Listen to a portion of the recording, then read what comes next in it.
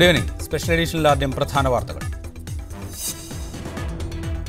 പരമാവധി ശിക്ഷയുടെ പകുതിക്കാലം വിചാരണ തടവിൽ കഴിഞ്ഞവർക്ക് ജാമ്യം നൽകണമെന്ന് സുപ്രീം കോടതി. വിചാരണ കോടതികളിലെ ജഡ്ജിമാർ ജയിലുകൾ സന്ദർശിച്ച് തടവുകാരുടെ വിവരങ്ങൾ ശേഖരിക്കണം.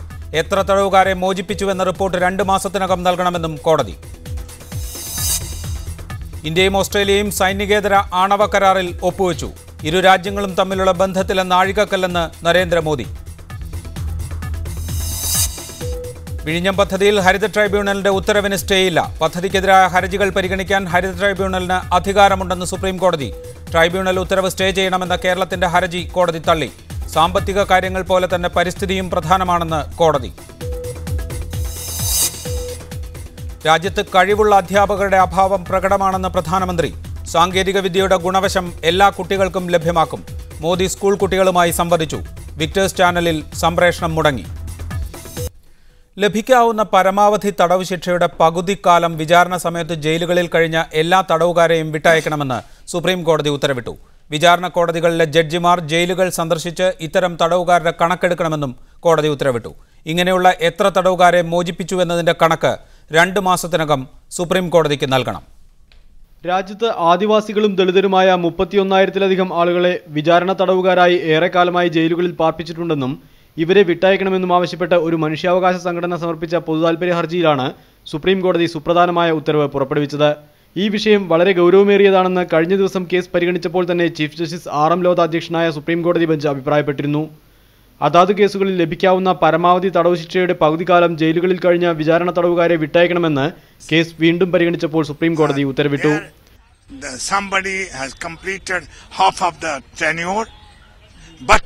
But he has not been bailed out, or he is still under trial. He shall be set out free on a personal bond. This is a historic judgment of the court. വിചാരണ കോടതികളുടെ ജഡ്ജിമാർ അതാത് പ്രദേശത്തെ ജയിലുകൾ സന്ദർശിച്ച് ഇത്തരം തടവുകാരുടെ വിവരം ശേഖരിച്ച് അവരെ വിട്ടയക്കാനുള്ള നടപടികൾ സ്വീകരിക്കണം. ആഴ്ചയിൽ ഒരു തവണ എന്ന നിലയിൽ 2 മാസം ജയിൽ സന്ദർശനം നടത്തണം. എത്ര തടവുകാരെ ജയിൽ മോചിതരാക്കി എന്ന വിവരം 2 മാസത്തിനകം കോടതിയെ അറിയിക്കണം. നീതിന്യായ സംവിധാനത്തിന്റെ നടത്തിപ്പ് വേഗത്തിലാക്കാനുള്ള പരിപാടിയുടെ രൂപരേഖ തയ്യാറാക്കി കോടതിയിൽ സമർപ്പിക്കണമെന്ന് കേന്ദ്ര സർക്കാരിനോടും സുപ്രീം കോടതി നിർദ്ദേശിച്ചു. മീഡിയ 1 ഡൽഹി.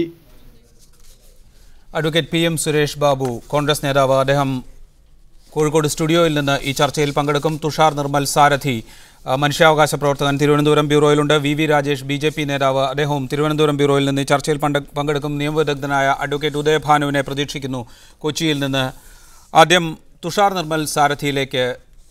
ശ്രീ തുഷാർ നിർമ്മൽ സാരഥി, ക്രിമിനൽ കേസിൽ അറസ്റ്റ് ചെയ്യപ്പെട്ടവർ, ആരോപണ വിധേയരായവർ, അവർ കുറേ കാലം ജയിലിൽ കഴിയുന്നതുകൊണ്ട് ഈ സമൂഹത്തിന് പ്രത്യേകിച്ചൊന്നും സംഭവിക്കാനില്ല എന്ന മനോഭാവം, അതിൽ നിന്നായിരിക്കാം ഒരുപക്ഷെ ഇത്രയും അധികം വിചാരണ തടവുകാർ വർഷങ്ങളായി ജയിലുകളിൽ കഴിയുന്ന സാഹചര്യം രാജ്യത്തുണ്ടായത്. അതിലൊരു മാറ്റം വരുത്താൻ എത്രത്തോളം സഹായകരമാകും ഇന്നത്തെ സുപ്രീം കോടതിയുടെ വിധി? ഇപ്പോഴത്തെ ഒരു അവസ്ഥ പരിഗണിച്ചുകൊണ്ട് നമ്മൾ പരിശോധിക്കുകയാണെങ്കിൽ തീർച്ചയായും ഈ വിധി വളരെ പുരോഗമനപരവും സ്വാഗതാർഹവുമായ ഒരു വിധിയാണ്. ഇത് ഇപ്പോഴത്തെ അവസ്ഥയിൽ NCRBയുടെ ഒരു കണക്കനുസരിച്ച് 2011 കണക്കനുസരിച്ച് ഇന്ന് തടവിൽ കഴിയുന്ന ആളുകളിൽ 67% ആളുകൾ വിചാരണ തടവുകാരായിട്ട് കഴിയുന്നു എന്നുള്ളതാണ് NCRBയുടെ ഒരു റിപ്പോർട്ട് പറയുന്നത്. അപ്പോൾ ഇതിൽ വളരെ ബഹുഭൂരിപക്ഷം ആളുകളും വിചാരണ തടവുകാരായി കഴിയുന്ന ഒരു അവസ്ഥ എന്ന് പറയുന്നത് നമ്മുടെ നീതിന്യായ വ്യവസ്ഥയ്ക്ക് തീരാത്ത ഒരു കളങ്കമാണ്. നമ്മുടെ വലിയൊരു നാണക്കേടായിട്ട് ഇത് അവശേഷിക്കുകയാണ്. ഈ ഒരു സാഹചര്യത്തിന് മാറ്റം വരുത്തുന്ന ഒരു വിധിയാണ് സുപ്രീം കോടതി ഇന്ന് പ്രസ്താവിച്ചിട്ടുള്ളത്. തീർച്ചയായും ഇപ്പോഴത്തെ സാഹചര്യത്തിൽ ഇത് വളരെ സ്വാഗതാർഹമായ ഒന്നാണ്. ഒരു തടവുകാരനാക്കപ്പെടുന്ന ഒരാൾ ഒരു കുറ്റം ആരോപിക്കപ്പെടുന്നതോടുകൂടി അയാളുടെ മറ്റെല്ലാ തരത്തിലുള്ള അസ്തിത്വവും ഇല്ലാതാവുകയും അയാളൊരു കുറ്റവാളി മാത്രമായി സമൂഹത്തിന് മുന്നിൽ ചുരുങ്ങുകയും ചെയ്യുന്ന ഒരു സാഹചര്യം ആണ് നമ്മുടെ നാട്ടിൽ ഇന്ന് പൊതുവിലുള്ളത്. അപ്പം അതുകൊണ്ട് തന്നെ ഇത്തരത്തിലുള്ള ആളുകൾ ഒരു കുറ്റവാളി എന്നുള്ള തരത്തിലാണ് വിചാരണ കാലത്ത് പോലും പരിഗണിക്കപ്പെടാറുള്ളത്. ഒരു നികൃഷ്ട ജീവി എന്ന തരത്തിലാണ് പരിഗണിക്കപ്പെടാറുള്ളത്. ഇത് നമ്മുടെ മനുഷ്യാവകാശങ്ങളെ സംബന്ധിച്ചിടത്തോളം വളരെ അധികം പരിതാപകരമായിട്ടുള്ള ഒരു സ്ഥിതിവിശേഷമാണ് ഇതിലൂടെ സംജാതമാകുന്നത്. അതുകൊണ്ട് തന്നെ ഇത്തരത്തിലുള്ള ആളുകളെ സംബന്ധിച്ചിടത്തോളം ഇപ്പോൾ ഈ കോടതി വിധി വളരെ ആശ്വാസകരമായ ഒന്നായിരിക്കും.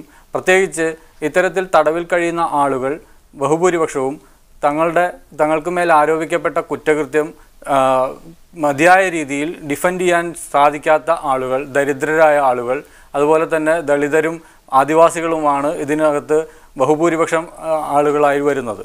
അപ്പം അത്തരം വിഭാഗങ്ങളെ സംബന്ധിച്ചിടത്തോളം ഈ വ്യവസ്ഥ അവരുടെ മേൽ അടിച്ചേൽപ്പിക്കുന്ന ഒരു അനീതി നേരിടുന്നതിന് താൽക്കാലികമായിട്ടുള്ള ഒരു ആശ്വാസമായിരിക്കും സുപ്രീം കോടതി ഇന്ന് പ്രസ്താവിച്ചിട്ടുള്ള വിധി എന്നാണ് എനിക്ക് തോന്നുന്നത്.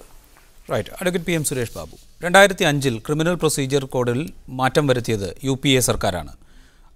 ശിക്ഷാ കാലാവധിയുടെ പകുതിയെങ്കിലും വിചാരണ തടവുകാരായി കഴിഞ്ഞ ആളുകളെ വ്യക്തിപരമായ ബോണ്ടിന്മേൽ മോചിപ്പിക്കണം എന്ന വ്യവസ്ഥ CRPCയിൽ ചേർത്തത് 2005 ഭേദഗതിയിലാണ്.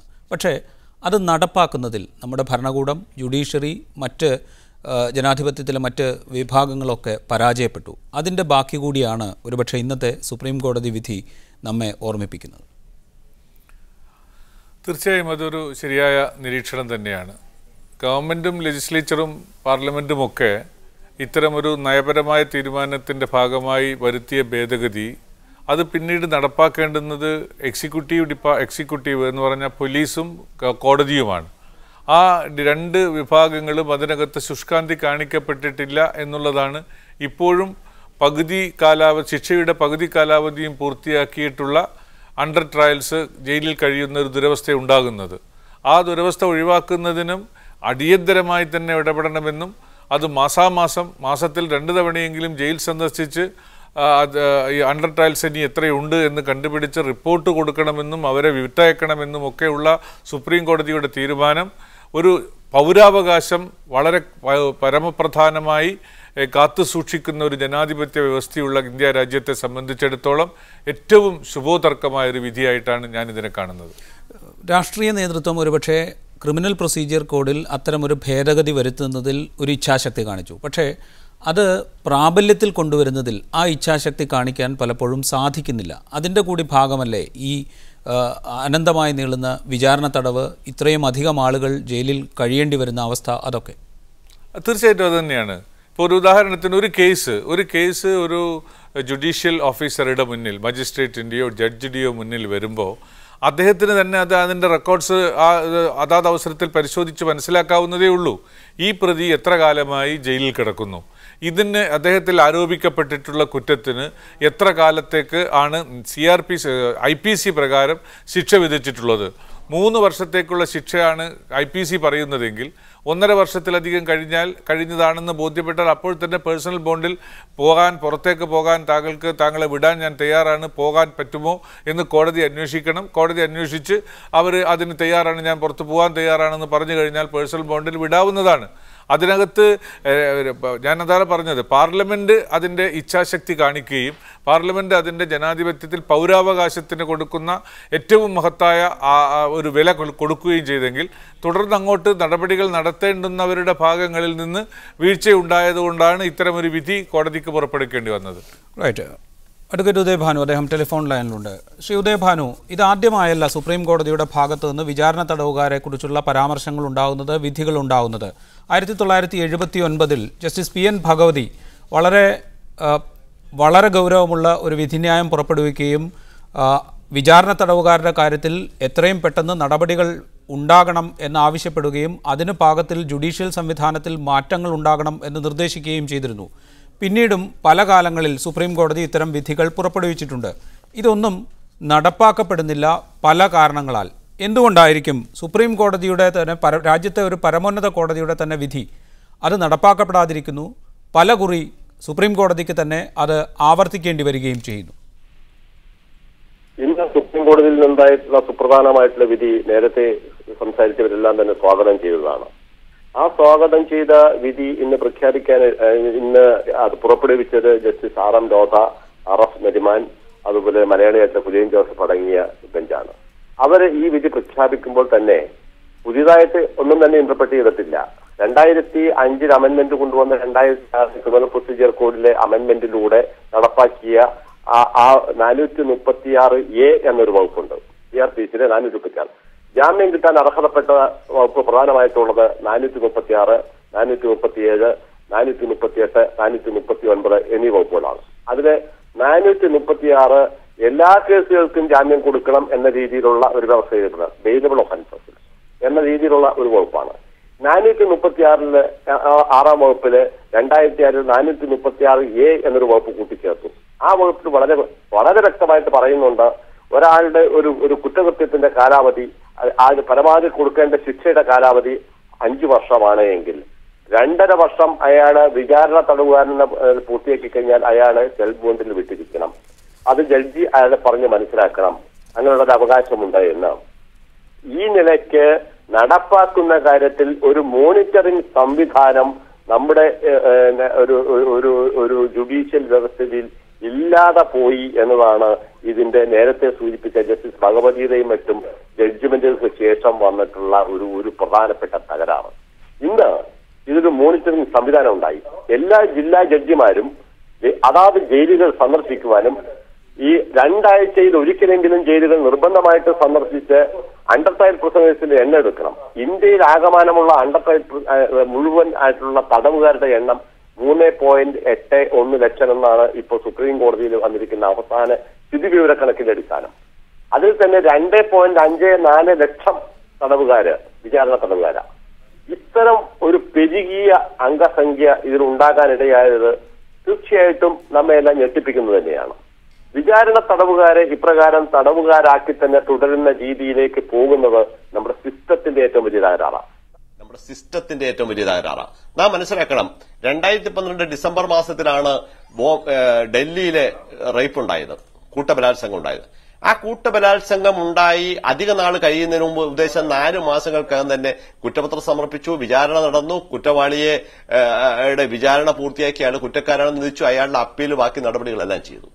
വിചാരണ പൂർത്തിയാക്കാനുണ്ടായ കാലതാമസം വരുമ്പോഴാണ്, കുറ്റപത്രം സമർപ്പിക്കാനുള്ള കാലതാമസം വരുമ്പോഴാണ് ഇതിന്റെ എല്ലാം പ്രശ്നങ്ങൾ. ഇവിടെ വിചാരണ തടവുകാരന്റെ പ്രശ്നം കൊണ്ടല്ല ഈ വിചാരണ നീണ്ടുപോകുന്നത്, ഈ സിസ്റ്റത്തിന്റെ തകരാറാണ്.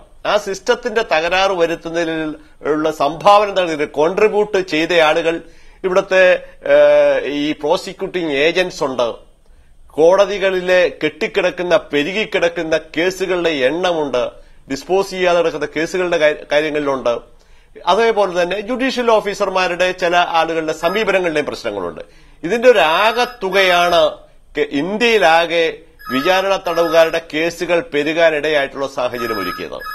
ഇതിനെ ഇപ്പോ ഈ 2006 പ്രാബല്യത്തിൽ വന്ന 436A എന്ന അമെന്റ്മെന്റിനെ ഇപ്പോ വളരെ വൈകിയ വേളയിലെങ്കിലും സുപ്രീം കോടതി ഇന്റർപ്രറ്റ് ചെയ്ത് ഇങ്ങനെ കാർക്കശ്യമായിട്ടുള്ള നിർദ്ദേശങ്ങളും അതിന്റെ ഒരു മോണിറ്ററിംഗ് സംവിധാനവും കൊടുത്തു എന്നുള്ളതാണ് ജസ്റ്റിസ് ഭഗവതി 1979 മുതൽ ഉത്കണ്ഠാപൂർവം പറഞ്ഞ വിധിന്യായത്തിന്റെ, ഇന്ന് ഉണ്ടായ വിധിന്യായത്തിന്റെ ഒരു അന്തസത്ത എന്നത്.